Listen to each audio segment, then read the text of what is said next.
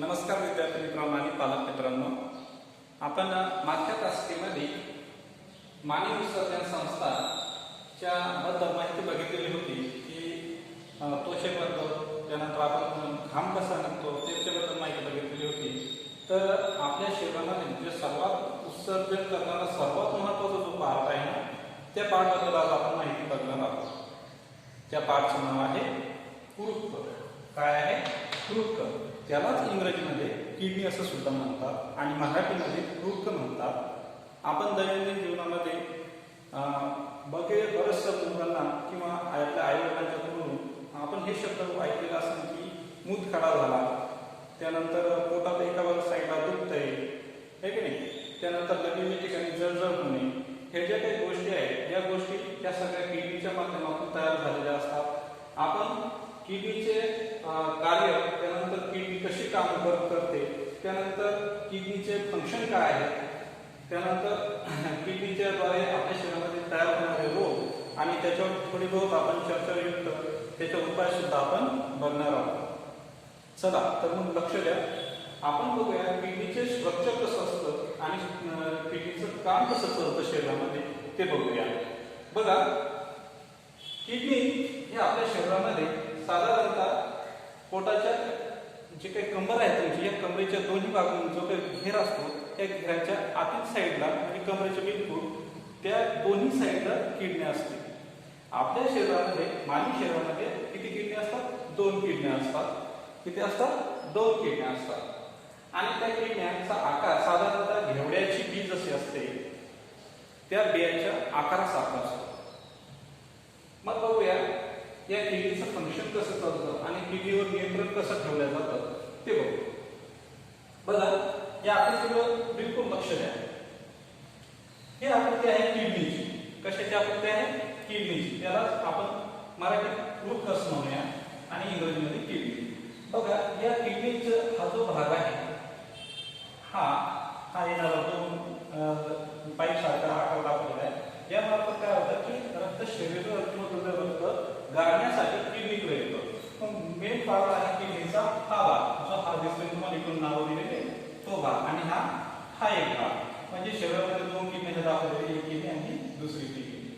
तर बघा, किडनीचं जे काही कार्य आहे त्या कार्याला नियंत्रित करण्यासाठी ॲड्रेनल ग्लॅंड ही किडनीच्या अगदी वरच्या भागामध्ये बसलेली असते। मग ही ॲड्रेनल ग्लॅंड काय करते की या किडनीमध्ये जे रक्त गाळण्याचं काम आहे, फंक्शन आहे, गाळण्याचं काम आहे, त्याच्यावर नियंत्रण ठेवते। कोणत्या वेळेस जास्त काम करायचं, कोणत्या वेळेस कमी काम करायचं, आणि त्याच्यावर सर्व या शरीरामधून जाणारे घटक, शरीरामधील जे काही आपले युरिया आहे, कॅल्शियम आहे, त्या घटकावर ही नियंत्रण ठेवल्यामुळे काय होतं की या किडनीचं फंक्शन हे नियंत्रित होतं। मग बघूया, किडनीचा जो हा वरचा भाग आहे, हा जो आपण ब्लॅक कलरमध्ये दाखवलेला आहे, त्याला वरच्या भागाला, किडनीच्या वरच्या भागाला कॉर्टेक्स असं म्हणतात। कॉर्टेक्स म्हणजे इंग्रजीमध्ये जर म्हणायचं ते इंग्रजीचं जर आपण मराठीचं रूपांतरण जर बघितलं, कॉर्टेक्स म्हणजे वरील आवरण, कॉर्टेक्स। त्यानंतर मग आपला भाग जो आहे त्या आपल्या भागाला मेडुला असं म्हणतात आणि मेडुलाच आपल्या मराठी भाषेमध्ये मध्य भाग म्हणतात। मग या कॉर्टेक्सचं काम काय आणि ग्रंथीचं काम बघितलं आपण, आता कॉर्टेक्सचं काम काय की आतील जे काही मेडुलामध्ये जे काही भाग आहे ते भाग म्हणजे नेफ्रॉन, त्या नेफ्रॉनला संरक्षित करण्याचं काम हे कॉर्टेक्स करत असतं। नेफ्रॉन म्हणजे काय, आपण त्याच्याबद्दल सुद्धा आपण डिटेल माहिती बघणार आहोत। अगोदर या आकृतीचं रूपरेषा समजून घेऊया। नंतर या बघा, या रक्त जे वाहिन्या पाठवलेले आहेत हे रक्तवाहिनी आत या नेफ्रॉन मध्ये प्रवेश करतात। म्हणजे हे जे मेडुलामध्ये जे काही नेफ्रॉन असतात, आणि साधारणतः एका किडनीमध्ये 8 लाख नेफ्रॉन असतात। किती नेफ्रॉन असतात? 8 लाख आपल्या शरीरामध्ये या भागामध्ये। आणि त्या नेफ्रॉनच्या माध्यमातून आपल्या शरीरामध्ये युरिन तयार होतं। युरिन म्हणजे काय? लघवी। म्हणजे आता आपल्याला लक्षात येत असेल की या किडनीचं काम काय आहे की लघवी तयार करून राहिली। लघवी सुद्धा एक आपलं उत्सर्जित पदार्थ आहे की नाही, बरोबर? मग या लघवीला बाहेर काढण्यासाठी नेफ्रॉन मध्ये हे रक्त प्रवेश करतं। नेफ्रॉनच्या बद्दल सुद्धा डिटेल माहिती बघणार आहोत। अगोदर याचं फंक्शन थोडंसं बघूया। नंतर या भागामध्ये जी काही युरिन तयार झालेली, युरिन म्हणजे लघवी तयार झालेली माध्यमातून युरिनरी ब्लॅडरमध्ये प्रवेश करते. म्हणजे ज्या ठिकाणी आपले जे काही शरीरामध्ये जे काही टाकाऊ पदार्थ आहेत ते टाकाऊ पदार्थ लघवीमध्ये मिसळतात आणि मिसळल्यानंतर ते मूत्राशयामध्ये येऊन स्टोअर होतात. हे आहे आपले मूत्राशय. म्हणजे त्यालाच आपण मूत्राची पिशवी असं म्हणूया. आणि युरेथ्रा आपण लघवीकर बाहेर पडण्याचे अवयव. आता या युरिनरी ब्लॅडरची साधारणतः आपल्याकडं साधारण मानवी जी मूत्राशयाची कॅपॅसिटी आहे ती 8 लिटरपर्यंत. किती? 8 लिटर. आणि मूत्राशय या इतर स्टोअर झाल्यानंतर आपण सतत 2-3 तासानंतर लघवीला जातो. मग बघा आता ही झाली आपल्या याच्याबद्दल रूपरेषा. किडनी ज्या वेळेस आपल्याला या किडनीची जी संपूर्ण जी माहिती बघायची आहे तर ती आपण इकडे येऊन बघूया की या किडनीच्या माध्यमातून आपल्या माणसाला काय काय फायदे होतात आणि आपल्या शरीरामध्ये त्याचं वर्क कसं होतं ते बघूया. पहिला मुद्दा आहे रक्त गाळणे. आताच मी तुम्हाला सांगितलं होतं की किडनीचं फंक्शन मध्ये काय आहे की ज्यावेळेस रक्त गाळण्यासाठी या किडनीमध्ये रक्त येत असतं शरीरामध्ये. संपूर्ण शरीराचं जे रक्त गाळलं जातं ते किडनीमध्ये गाळलं जातं. म्हणून रक्त गाळण्याचं काम कोण करतं? किडनी. बघा बऱ्याचशा जणांना किंवा तुम्ही असं ऐकलं असेल कोणाकडून किंवा रक्त शुद्धीकरण केलं जातं किडनीमध्ये. नाही, रक्त शुद्धी नसतं, शुद्धीकरण नाही केलं जात तर त्या ठिकाणी रक्त गाळल्या जातं. गाळल्या जातं म्हणजे काय? आपण काय गाळलं म्हणजे चाळून घेतलं जातं. आपण चहा गाळतो की चहामध्ये कोणता घटक बाहेर काढण्यासाठी चहा गाळतो आपण की चहामध्ये जी पत्ती असते, चहा पत्ती असते, चहा पावडर असते ती गाळून बाजू करण्यासाठी आपलं चहा घेण्यासाठीच आपण ते गाळतो की नाही, पत्ती त्याच्यामध्ये येऊ नये. पण तसं या ठिकाणी सुद्धा तसंच आहे. आपल्या शरीरामध्ये शरीराला नको असलेले पदार्थ या ठिकाणी गाळले जातात. रक्त शुद्ध नाही केलं जातं तर रक्त गाळलं जातं. आपण चहा शुद्ध करतो का? नाही. तसंच या ठिकाणी सुद्धा रक्त गाळलं जातं. मग त्या रक्त गाळण्याच्या प्रक्रियेस आपण डायलिसिस असं म्हणतो. काय म्हणतो? डायलिसिस. आणि हे डायलिसिसचं काम कोण करतं? किडनी करत असते. बघा नंतरचं दुसरं फंक्शन बघूया, लघवी निर्माण करणे. आता रक्त गाळल्यानंतर आपल्या शरीरामध्ये युरिया असतो की जो शरीराला घातक आहे. युरिया बघा आपल्या शरीरामध्ये मुळातच युरिया नसून अमोनिया असतो. काय असतो? युरिया नसून तो अमोनिया असतो. आणि अमोनियाचं रूपांतर कशाचं? अमोनियाचं रूपांतर युरिक ऍसिड मध्ये करण्यासाठी आपल्याला जो काही महत्वाचा अवयव आहे तो म्हणजे यकृत. यकृत काय करतो? जेवढा अमोनिया तयार झालेला असेल त्याचं रूपांतर युरिक ऍसिड मध्ये करतो. आणि तेच युरिक ऍसिड या किडनीमध्ये येत असतं. म्हणजे अमोनियापासून काय झालं? Uric acid. पण फंक्शन कोणाचं होतं की अमोनियापासून युरिक ऍसिड तयार करणं यकृताचं होतं. पण युरिक ऍसिड रक्तामध्ये मिसळून आल्यानंतर शुद्धीकरण काम कोण करू राहिलं? किडनी करू राहिलं. म्हणजे त्याला बाजू काढू राहिलं. या ठिकाणी आल्यानंतर एक युरिक ऍसिड बाजूला काढतो. त्यानंतर कॅल्शियम शरीरामध्ये कॅल्शियम, पोटॅशियम हे काही एक्स्ट्रा पदार्थ आहे, आवश्यक आहेत शरीराला, परंतु जास्तीचे झाले म्हणून ते सुद्धा शरीराच्या बाहेर काढावं लागते. म्हणून त्याला बाहेर काढण्यासाठी सुद्धा हे काम करत असतं. बघा आता इतकं कळालं तुम्हाला. त्यानंतर बघूया आपल्या किडनीची संख्या किती असते शरीरामध्ये? किती असते? बरोबर किती असते? 2 असते. बरोबर आहे. त्यानंतर या आकृतीचे जे कार्डियक आहे किडनीच्या बाहेरील भागाला काय म्हणतो आपण? कॉर्टेक्स. काय म्हणतो? कॉर्टेक्स. आतल्या भागाला मध्य भागाला काय म्हणतो? मेड्युला. काय म्हणतो आपण? मेड्युला. त्यानंतर बघा ज्या किडनीच्या वरची हा जो भाग दाखवलेला आहे याला कोणती ग्रंथी म्हणतात? अधिवृक्क ग्रंथी. बऱ्याचशा वेळेस मुलांना कन्फ्युजन होतं की बाबा ग्रंथी शरीराच्या पासून ही किडनीच्या असते का? नाही, किडनीच्या आत नसते ही ग्रंथी, तर किडनीच्या बिलकुल वरील टोकावर बसलेली असते त्याला नियंत्रित करण्यासाठी. म्हणून याला ॲड्रिनल ग्लॅंड असं म्हणतात. ती दाखवली आपण ॲड्रिनल ग्लॅंड. चला तर बघा या किडनीचं जे एकक आहे ते एककला युनिट आहे नेफ्रॉन. काय आहे? नेफ्रॉन. त्याच्याबद्दल सुद्धा आपण माहिती बघणार आहोत. अगोदर फक्त आपण त्याचे फंक्शन त्याच्यामध्ये काय काय असतं ते बघणार आहोत. आणि नेफ्रॉन बद्दल सुद्धा आपण माहिती बघणार आहोत. आपल्या शरीरामध्ये कशी तयार होते ते सुद्धा बघणार आहोत. मूतखडा सुद्धा त्याच्यामध्ये कसा तयार होतो ते सुद्धा बघा. त्यानंतर बघा जे या ठिकाणी रक्त किडनीमध्ये ज्यावेळेस येत असतं तर त्या या भागात जिथून प्रवेश करता रक्त किडनीमध्ये त्याला म्हणतात रिनल हायलम. काय म्हणतात? रिनल हायलम. की ज्या ठिकाणाहून किडनीमध्ये रक्त प्रवेश करतं त्या भागाला रिनल हायलम असं म्हटलं जातं. आधी इथपर्यंत लक्षात येईल. मग आपण एकदा परत रिवाइज करूया.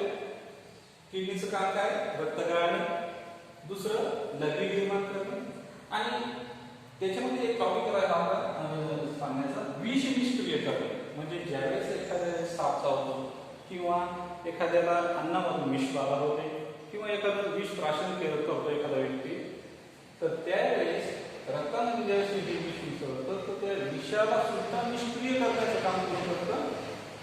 किडनी करतं. मग किडनीवर परिणाम होतो का विषाचा? तर विषाचा परिणाम हा हार्टवर होत असतो एक, आणि दुसरा मेंदूवर होत असतो.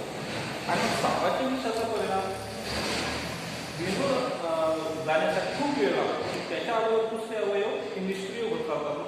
आपण म्हणतो साप चावल्यानंतर पटकन का माणूस मरत नाही, तर साप तरी कोणताही साप जरी चावला तर साधारणतः 3 तासापर्यंत माणूस जिवंत असतो. त्या तितक्या काळामध्ये आपल्याला वैद्यकीय उपचार घेण्यासाठी वेळ असतो.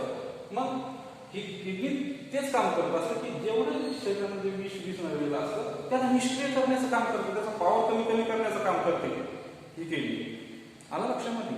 मग ज्यावेळेस साप चावतो तर त्यावेळेस यकृतावर अगोदर परिणाम होतो, नंतर हार्टवर परिणाम होतो, नंतर मेंदूवर परिणाम होतो.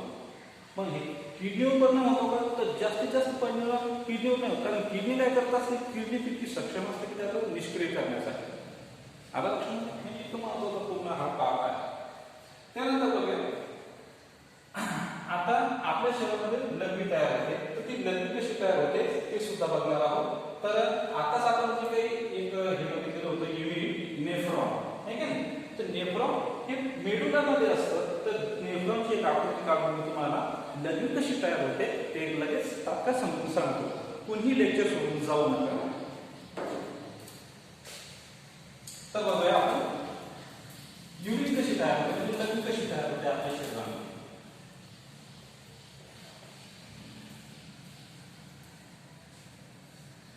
आता सांगितलं होतं की मी आपल्या शरीरामध्ये साधारणतः किती लाख नेफ्रॉन असतात? 8 लाख नेफ्रॉन असतात किडनीमध्ये.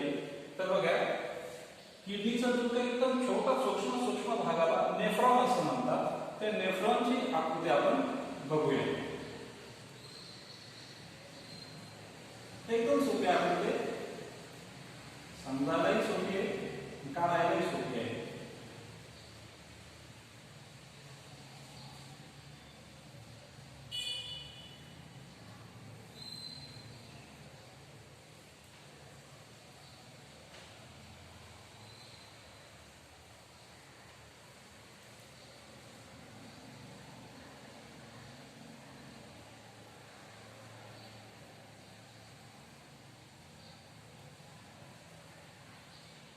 बघा हे आकृती नेफ्रॉनची आकृती काढत आहोत.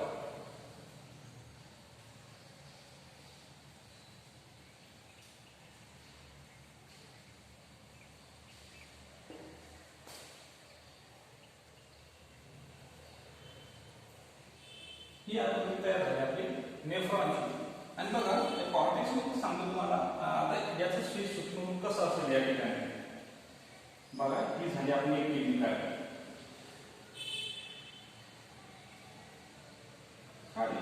तर या भागामध्ये सूक्ष्मपणे हे या ठिकाणी आपण जे छोटे रेषा दाखवतो ना याच्यामध्ये असतात. आणि याला जर आपण झूम करून जर बघितलं, याला काय केलं मोठं करून जर बघितलं फोटो, तर ते जो नेफ्रॉन आहे तो या प्रकारे दिसतो. बघा विद्यार्थी मित्रांनो, आपण बघूया नंतरच्या नेफ्रॉनच्या फंक्शन बद्दल बघूया. आता लघवी कशी तयार होते आपल्या शरीरामध्ये ते बघायचं. किडनीच्या या आतल्या भागात लघवी तयार होत आहे आणि आतला भाग आपण झूम करून कुठं दाखवतोय या ठिकाणी करून दाखवतोय. काय केलं याला आपण आता झूम केलेलं आहे. आपण झूम मिटिंग घेतो की नाही, सकाळी तुम्ही लेक्चर करता त्याच्यावर. आता त्याला झूम मिटिंग काय मोठं करून बघितलं बघा. हा जो भाग आहे चाळीचा आणि दाखवलेले याला ग्लोमेरुलस म्हणतात. काय म्हणतात? ग्लोमेरुलस. त्याला मराठी सुद्धा ग्लोमेरुलस म्हणायचं, कारण की आता तुम्ही खूप मोठे झालाय आणि अजिबात इंग्रजी घालवायचं नाही. आपलं कसं आहे, मराठीतून शिकायचं, इंग्रजीतून शिकायचं, हळूहळू सगळंच माहिती होईल. या भागामध्ये ग्लोमेरुलस आणि जी जिथे कॅप दाखवलेली आहे आपण, आहे का नाही, अर्ध्या चंद्राकृती जी कॅप दाखवलेली याला म्हणायचं बोमेन कॅप्सूल. काय म्हणायचं? बोमेन कॅप्सूल. कारण ते कॅप्सूलच्या आकाराचं दिसते, त्यात साठवलेलं आहे ना बोमेन कॅप्सूल. मग बघा, ज्यावेळेस रक्तामध्ये काय सांगितलं आता बघा, इथं खूप लक्षपूर्वक आहे का, ज्यावेळेस रक्त या बोमेन कॅप्सूल मधून प्रवेश करतं, बोमेन कॅप्सूल मधून काय करतात, हे बोमेन ग्लोमेरुलस काय करतं की रक्तामध्ये सर्व घटक जे काही रक्तामध्ये सगळे घटक काय करतात ते शोषून घेतो आणि त्या बोमेन मध्ये पाठवून देतो. आता हे आपल्या मला सांगा, रक्ताचे सर्व जर घटक जर शोषून घेतले, रक्तामध्ये जर काही पोषक द्रव जर नाही ठेवले तर आपलं शरीर तंदुरुस्त राहणार आहे का? नाही. पण ग्लोमेरुलसला काय करणार तेव्हा? ग्लोमेरुलसला सगळेच आम्ही सगळेच घेतो आहोत. तुमचं न्यूट्रिएंट असो, तुमचं कॅल्शियम असो, तुमचं व्हिटॅमिन कोणतंही असो, यामध्ये आम्ही बाजूला घेतो. क्षार असो, सगळं शोषून बाजूला काढून घेतो. मग हे बोमेन कॅप्सूल काय म्हणतात, अरे येड्या, तो सगळंच घेतलं, हे जगन कसं शरीर आणि आपण सुद्धा कसं जगू? मग बोमेन कॅप्सूल काय म्हणतात, आपण हेच काय करतो म्हणजे या ठिकाणी जे शरीरातील जे काही शरीराला जे रक्तात आवश्यकच आहेत ते घटक ते परत रक्तामध्ये सोडून देतो. काय करतात? परत रक्तामध्ये सोडून देतो. मग आहे का नाही, मग ग्लोमेरुलसनं काय केलं, सगळं चाळून घेतो, आहे का नाही. आणि बोमेन कॅप्सूलनं काय केलं, चाळून घेतलं का बरं घेऊ द्या, पुन्हा रक्तात काय केलं ते आवश्यक घटक परत मिसळून टाकले. आणि नंतर जे काही शरीरामध्ये युरिक ऍसिड आहे, त्यानंतर कॅल्शियम आहे जास्तीत झालं, कॅल्शियम, त्यानंतर पोटॅशियम आहे,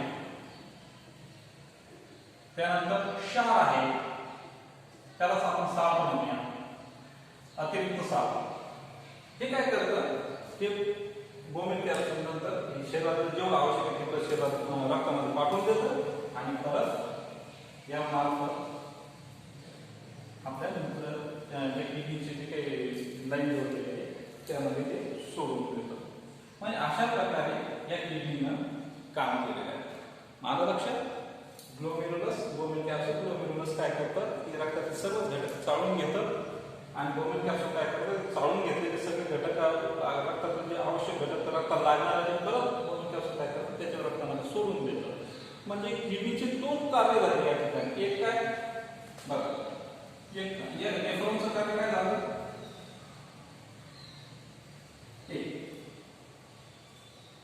शोषून घेणे, शोषण आणि त्याला आपण अवशोषण म्हणू, आणि परत टाकण्याची क्रिया होते आणि पुनर्शोषण. म्हणजे दोन्ही काम करताय किडनी. नुसतं रक्ताचे घटक बाजूला काढून नाही घेतं सुद्धा, रक्तातील घटक बाजूला सुद्धा काढतं आणि परत आवश्यक येतं ते परत टाकून नाही देतं. म्हणजे दोन्ही करायचं, अवशोषण आणि पुनर्शोषण.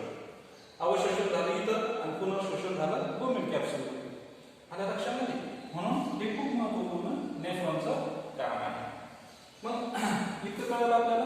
मग जे काही आपली शरीरामध्ये जास्त झालेलं कॅल्शियम, पोटॅशियम, क्षार, त्यानंतर तुमचं युरिक ऍसिड आहे, हे मूत्र या युरेटरद्वारे या युरिनरी ब्लॅडमध्ये स्टोअर होतं. आला लक्षामध्ये? म्हणजे अशा प्रकारे या किडनीचं काम चालत असतं. मग आता बघूया युरिनची लघवीचे फंक्शन आपण जे म्हणतो ते कसं आहे आणि लघवीमध्ये कोणकोणते घटक आहेत. आता फंक्शन तर बघितलं आपण, लघवीमध्ये घटक बघूया. बघा, लघवीमध्ये घटक म्हणजे युरिया जो असतो तो 2% असतो. किती असतो? 2%. आणि साधारणतः आपण जर आपल्याला 10 मिली जर लघवी जर झालेली असेल, 10 ml लघवी, तर त्याच्यात 2 ml काय असणार? युरिया असणार. आणि हा युरिया हा शरीराला खूप घातक असतो, लक्षात ठेवा. त्यानंतर आपला लघवीचा पीएच.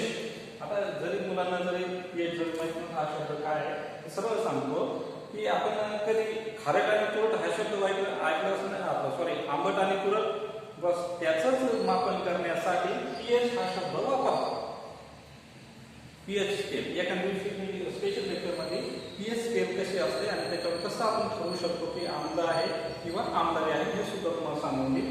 पण तरी बघा, जर पीएच 4 असेल, 4.8, हे समजा लगेच सांगतो तुम्हाला ही पीएच ची स्केल असते आणि हे तुम्हाला 7 अंक असतो. 7 अंकाच्या एकाड्या बाजूला आम्ल असतं आणि 7च्या नंतर इकडे आम्लारी असतात. आपण लक्षात. मग याचा पीएच किती आहे? 4.8 आहे. म्हणजे आपली लघवी कशी असणार? आम्लीय असणार. कशी असणार? आम्लीय असणार.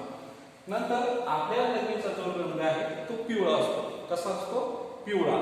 तर पिवळा कशामुळे असतो? तर तो युरोक्रम असतो. युरोक्रम हा मुळातच पिवळा घटक आहे आणि तोच घटक लघवीमध्ये मिसळल्यामुळे लघवीला रंग पिवळा येतो.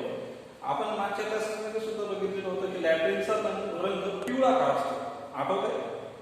लॅट्रिनचा रंग पिवळा कशामुळे असतो? बरोबर आहे, बिलरुबीनमुळे. कशामुळे? बिलरुबीनमुळे लॅट्रिनचा रंग पिवळा होत असतो. तर आपल्या युरिनचा पिवळा रंग कशामुळे होतो? युरोक्रम. आणि आपण साधारणपणे बघता की ज्यावेळेस आपण शाळेमध्ये लघवीच्या मूत्रगृहामध्ये जातो तर त्यावेळेस आपल्याला वास येतो आहे की खाण्याला वास येतो एकदम. कशामुळे येतो?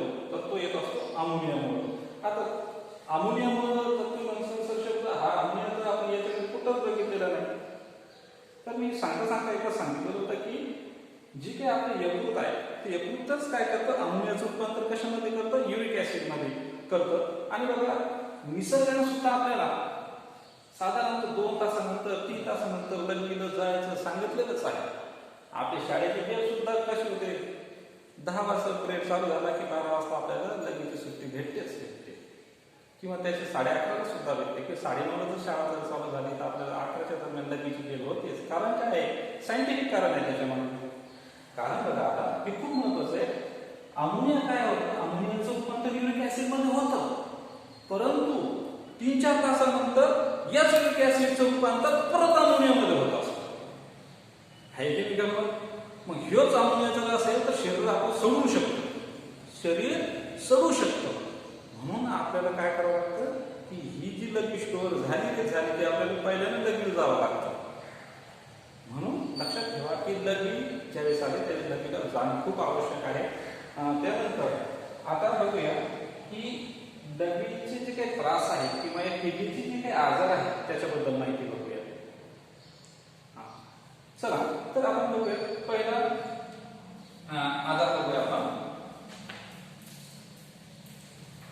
की जर आपल्या शरीरामध्ये किडनीनं युरिक ऍसिड जर फेकणं बाहेर शरीरामध्ये टाकायचं थोडं जरी बंद जरी केलं, काय परत ऐका, आपल्या शरीरानं युरिक ऍसिड जर शरीराच्या बाहेर टाकणं जर थोडंही जरी बंद केलं, थोडं एका दिवशी जरी चुकलं तरी आपल्या पूर्ण शरीरावर परिणाम होतो. मग हे जर थोडं जरी आपण दुर्लक्ष करत असतो, आपल्याला जर अशी लक्षणं दिसत असेल की आपले सांधे सुजतात, डोळे सुजतात परत किंवा बऱ्याच जणांचे पाय तरुण वयात सुद्धा कटकट वाजतात, तर असं समजायचं की आपल्या किडनीमधून युरिक ऍसिड हे बाहेर टाकण्यासाठी थोडीशी कमकुवत म्हणजे कमीपणा होतं, जे वर्क व्यवस्थित करू नये.